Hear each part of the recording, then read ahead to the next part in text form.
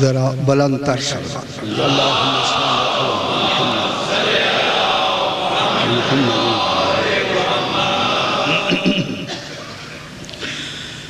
اعوذ باللہ من الشیطان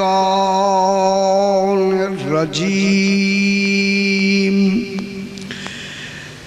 بسم اللہ الرحمن الرحیم الحمد للہ رب العالمین الصلاة والسلام علی اشرف الانبیاء والمرسلین خیر المبشرین والمنذرین سیدنا و طبیب نفوسنا و شفیع ذنوبنا ابی القاسم محمد وآلہ الطیبین الطاہرین المعصومین صلوات اللہ علیہم اجمعین اما بعد بسم اللہ الرحمن الرحیم السلام علیکہ یا صاحب العصر والزمان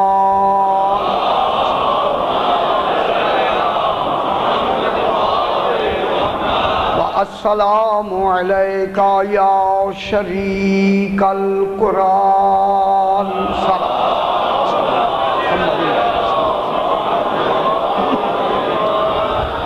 پھر بھی ذرا بلند تر صلوات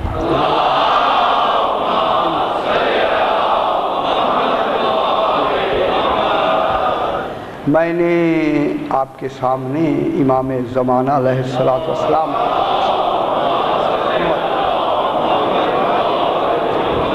وہ مشہور و معروف زیارت کے جو آپ ہر واجب نماز کے ساتھ ہی ادا فرماتے ہیں تلاوت کیا ہے۔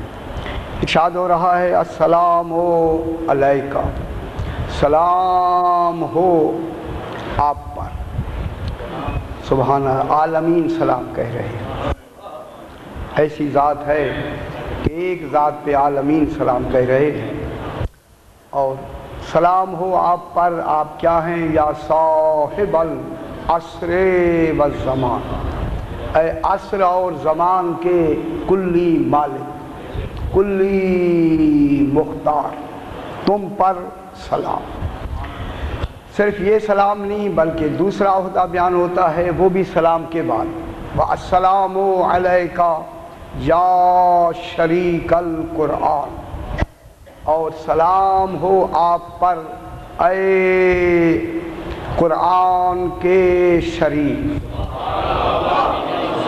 کیونکہ اب یہ دو مجالس رہ گئی ہیں، آج قرآن کے شریک ہونے کی بحث کرتے ہیں انشاءاللہ۔ آج اور کل یہ 2 دن، یہ موضوع تو کئی دن کا ہوگا لیکن 2 دن میں کوشش کریں گے کہ طریقے سے مکمل ہو جائے۔ کل جہاں بات ختم ہوئی کہ اللہ کی ذات کا اول مرتبہ ہویت انانیت ہے۔ ماشاءاللہ، اللہ کی ذات کا اول مرتبہ ہویت، ہوا اس کی ذات کا نام ہے، ہویت انانیت ہے، اس کا میں ہونا ہے۔ کوئی ذات ہے جو میں سے تعبیر ہو رہی ہے، جس کے لیے تعبیر کے لیے لفظ نہیں۔ وہ کے معنی وہ کے معنی کیا ہوا؟ وہ یہ ذاتی نام ہے، وہ تو نام نہیں ہے۔ جس کا نام وہ ہو اسے اللہ کہتے ہیں۔